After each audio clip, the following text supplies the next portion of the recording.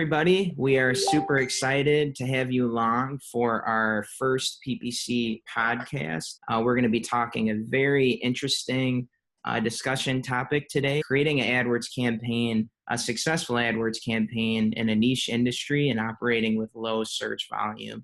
So this is something that plagues kind of all of us as PPC managers, specialists, whatever your job title. We all kind of deal with this on a daily basis. Maybe when we get a new client where we're not really sure how to assess their needs or how to properly set expectation to achieve success within their campaign, when we kind of have this initial big hurdle to jump over. So we are going to be discussing that today, and we have Katie and Jake on the call with us. Katie, I'll toss it over to you for a second. You can just intro yourself to everybody. Hey everyone, I'm Katie. I've been doing paid search for about 5 years now, and I've mainly focused in lead generation. Awesome. And then Jake? Hey guys, my name is Jacob Wolf, PPC manager here at Thrive. I've been doing digital marketing for about 10 years, PPC for 6 or 7 years now. Love what I do, love helping small businesses find success and finding new clients where they weren't finding them before. Excited to talk a little bit with you guys today. Yeah, absolutely. Well, I think we have a really intriguing topic. I know it's something that all of us deal on a day-to-day basis in regards to, really how to create profitable, successful campaigns when we have, we're operating with really low search volume for a really niche client. Maybe it's a client who, develops some sort of software or has a really particular specific product line that we're having to, analyze. How do we grab and gain some volume in order to drive conversions for that particular client? So just kind of right off the bat, Katie, do you kind of have any, initial thoughts or things that you wanted to jump in with? Sure. So one of the biggest things I found was kind of evaluate what platform your customers use, evaluate who your customers are. If your customers are kind of an older crowd, maybe try Bing ads. If your product is geared towards more professional crowd, you could try LinkedIn advertising. They offer paid search ads, which work really great. If you have a younger generation, maybe try Facebook ads and kind of see what converts. Yeah. That's an easy way to open it up to really get to your customers. Right. So it's assessing the client kind of firsthand, making sure that we're making the correct suggestion for the type of channel that they should use before they really get going. Yeah. Yeah. Right. It's a good idea sometimes to make sure you're doing a little bit of everything. You want to make sure that you're testing the LinkedIn waters, the Facebook paid ads, Google, Bing, kind of seeing what works, where you're, because a lot of times a business owner is not going to be completely sure on where they're going to find their type of market, their potential customers. So that's a good way to go about it. So definitely a great idea to always test the waters on multiple platforms. Yeah. And although, we're primarily talking AdWords on this podcast, testing the waters, kind of like Jake is saying, looking for, additional maybe markets or volume that you could grab in these other channels, just because you have different targeting options, right? With Facebook, we can target a lot of insights as opposed to, operating, in the Google search network where we're targeting keywords and things of that nature. So yeah, I think that's a really good tip. I'll be interested to hear your guys' thoughts on this. One, how do you guys feel about creating different match types in order to gain additional volume within your campaign? For instance, you might have a client who is in like the pharmaceutical industry or something of that nature, and it's a very, very, niche, low volume, 80 searches a month or less, sort of thing. Yeah. So, kind of supporting that claim. I mean, that's a really good idea. Obviously, very niche markets are going to have different types of search volume, different types of keywords. A lot of times, we don't know what that end user is looking for. So really focusing on broad match is really important in that type of situation. Yeah. Focusing, casting a wide net, so to speak, and then really monitoring your search terms report to see what exactly people are searching for. Adding negatives where needed, but really looking for those long tail keywords that maybe you would not have previously identified if you're doing just phrase or exact match. Yeah, exactly. And I like how you brought up, looking at the SQR report for additional long tail searches, because I think the interesting thing about including, say you're just using exact match when you set up in this niche industry, if you cast the net a little bit wider to use a different match phrasing, you might see some long tail searches come in the report where you didn't even, you never even thought of previously, or maybe you didn't even see your competitors were taken advantage of.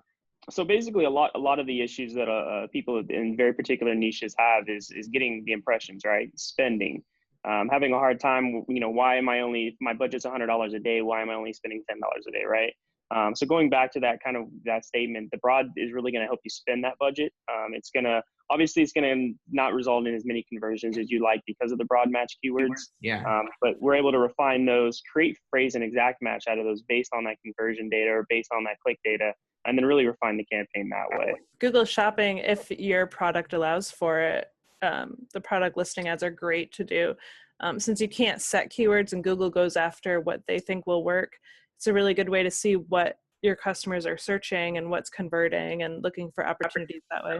Yeah, absolutely. And going off of the product listing ads kind of segment, is a lot of times I feel like AdWords specialists will, maybe misassess the product or the service that the client is offering. For instance, if, you have an e-commerce client, but you're trying to run search ads when primarily in the SERP, it's all product listing ads, then you're utilizing, you're not going to see that search volume. You're not going to see your campaign get impressions because the foundation of the house is the wrong, kind of ad type or campaign type, I guess would be the right way to say it. It's also important, in my opinion, to also focus on, your transactional keywords, your money makers. They're obviously going to be more expensive. Every niche has the very exact type keywords, the ones that are, going to have a much higher CPC. We want to make sure that we're not just going broad and focusing on long tail. You also want to focus on those terms as well. But first and foremost, before you even do that, you want to make sure that I think the most important step to getting good data and building a successful campaign is first and foremost making sure that your conversion tracking is set up and that you're sending your searchers to a relevant landing page, right? Yeah. That's most important. Because without that conversion data properly tracking, you're not going to know what's working, what's not working, and literally you're just going to be shooting in the dark. So first and foremost, make sure your tracking is working, make sure your landing page converts, and then using that data to further refine the campaign moving forward. Yeah, and how crucial is that, right? Especially when you're operating with something really niche, a very niche service. You need to make sure that you're able to collect all of those searches that are coming in. Maybe that's developing UTM parameters and things like that, so you can get that extra sense of security, that security blanket, and go to bed at night knowing that you're capturing, all of those potential searches. One thing that kind of popped in my head as you were just mentioning that, Jake, is landing pages and the importance of that. And Katie, I know you have some pretty extensive CRO experience in your background. Now, how do you feel like that ties into a topic of this kind? How important is making sure the content on your landing page is relevant to, something so niche that you might be trying to advertise for?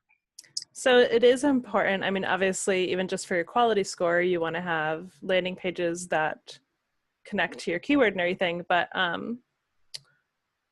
it is, you have to get people to your landing page to see if it converts. So if you have a low volume, you have to get people there. But even like Jake said, having conversion tracking set up and having conversion driven landing pages, having call to actions, having motivation for the customer to convert, not just here's my product, but what's the motivation behind them converting is super important, especially with a niche product that if you have a ton of competitors, what makes you better than everyone else that will make someone convert is super important. Yeah, absolutely. Well, Katie, thank you for that nugget of wisdom there. We appreciate that.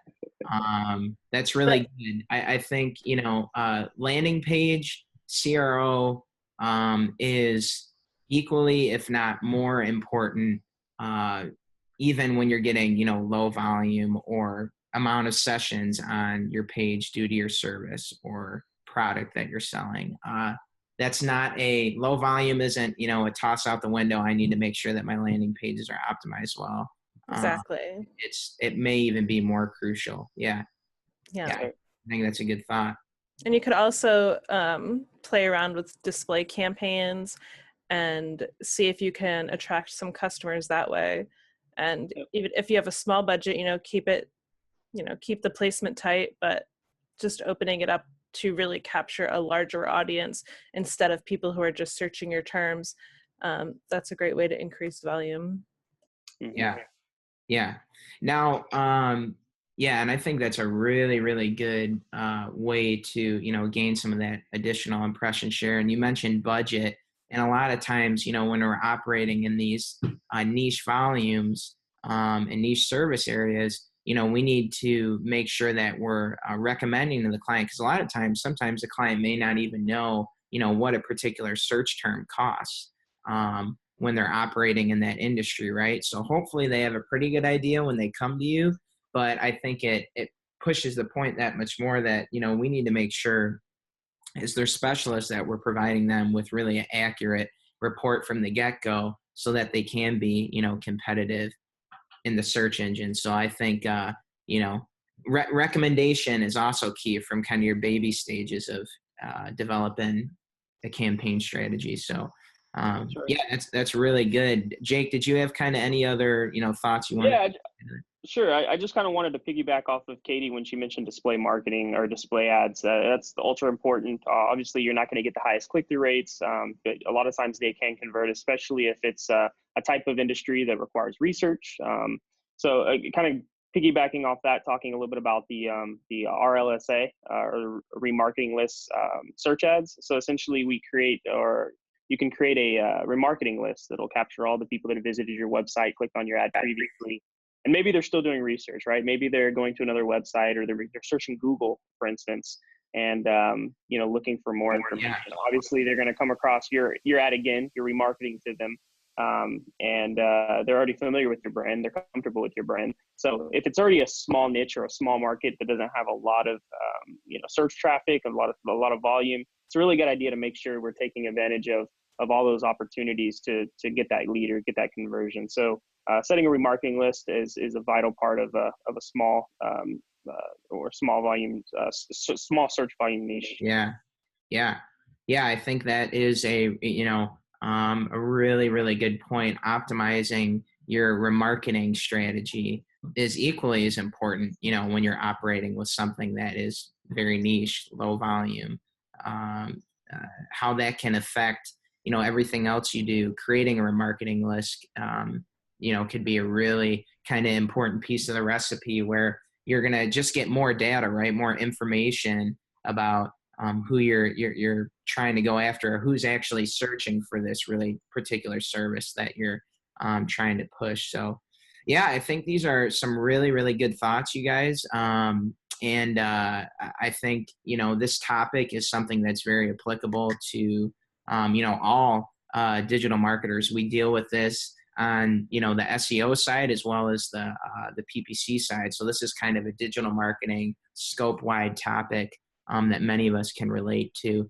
So I think those are all some really good thoughts and some tips and tricks. And this is something that we're going to be offering on each of these podcasts, just ways for you guys, practical ways that you guys will be able to go into your AdWords campaign, your Bing campaign, your Facebook campaign, whatever you might be running, and think about, some of these different things that we discussed today, some of these different areas that you may be able to, improve your campaign. And we would be really interested to hear if you guys implemented any of the things that we kind of discussed today. So just want to thank you guys, as always, for viewing today's segment. Be sure to hit the subscribe button to get more PPC related content from Thrive.